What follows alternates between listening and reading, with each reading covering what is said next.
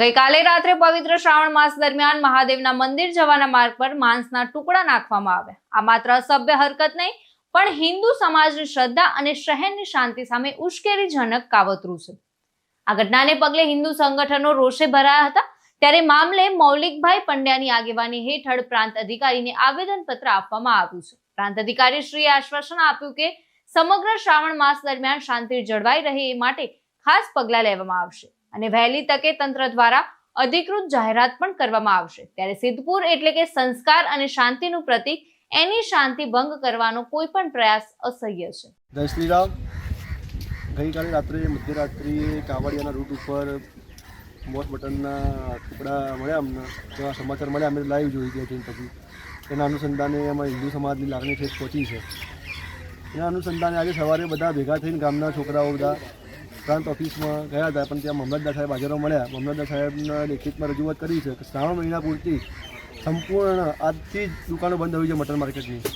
એના પછી શ્રાવણ મહિના પછી જે પણ લાયસન્સ વગરની દુકાનો હોય એ કાયમી બંધ થઈ જોઈએ. લાયસન્સવાળી હોય કે સરકારના જે પ્રશાસનના કાયદા પ્રમાણે થતું હોય એનું પાલન કરે એ પ્રમાણે ચાલુ રહેવી જોઈએ.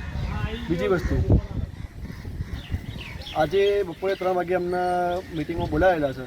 એમાં યોગ્ય પગલાં નહીં લેવામાં આવે તો 3 વાગ્યા મિટિંગમાં જો યોગ્ય ડિસિઝન નહીં લેવામાં આવે તો એના પછી ભગતસિંહના માર્ગે ગામમાં ક્રાંતિ થશે, જેની પ્રશાસને નોંધ લેવી અને એનું કોઈ પણ પરિણામ આવશે તો તંત્ર જવાબદાર રહેશે.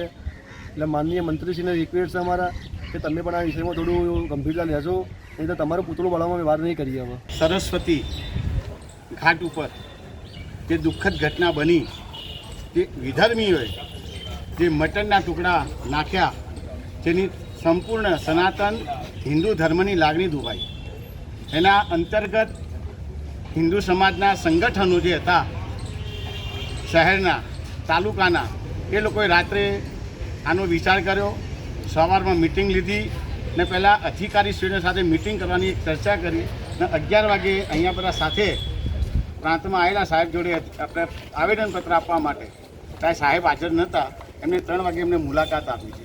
એટલે મુલાકાતના દરમિયાન તમામ જે અધિકારી હતા શહેરના, તાલુકાના, પ્રાંતમાં મામલતદાર સાહેબ, સીઓ સાહેબ, એ બધાના પ્રતિષ્ઠિત જે આપણા આગેવાનો હતા એ તમામના વચ્ચે અને સંગઠનના અહીંયા જે પરિષદના હતા એ તમામ સાથે ચર્ચા થઈ ને અધિકારીશ્રીઓએ વિશ્વાસ આપ્યો છે કે આજથી શ્રાવણ માસ સુધી, અમાસ સુધી 1 નંબર કે 2 નંબરની જે કંઈ આઠડીયા ગામમાં ચાલતી હશે મટનની, એ ટોટલી બંધ રાખવામાં આવશે.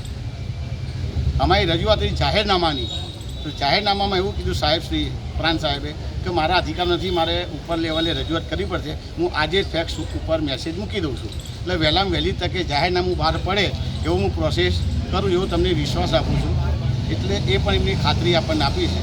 ને બીજું, જે નગરપાલિકામાં આપણા તહેવાર દરમિયાન જે જૂના ઠરાવ પ્રમાણે આપણા તહેવારોમાં મટન માર્કેટ બંધ રાખવું, એનો પ્રોસેસ પણ પ્રાંત સાહેબે હુકમ કર્યો સીઓ સાહેબને કે જે હિન્દુ તહેવારો આવતા હોય એ સમયે તમારા આ વિષય તમારો છે, તમારે દુકાનો બંધ રાખવાનો પ્રયત્ન, સંપૂર્ણ બંધ રાખવાનો કરો, એવો પણ એમને વિશ્વાસ આજે આપ્યો છે. એના માટે આજે શાંતિથી અધિકારીઓ સાથે હિન્દુ સંગઠનો સાથે એક સમાધાન, જે આક્રોશ હતો એ શાંત કરવા માટે અમે બધા ગામના આગેવાનોએ પ્રયત્ન કર્યો છે. અને ગામમાં શાંતિ જળવાઈ રહે એના માટે અમે પ્રયત્નો કર્યો છે.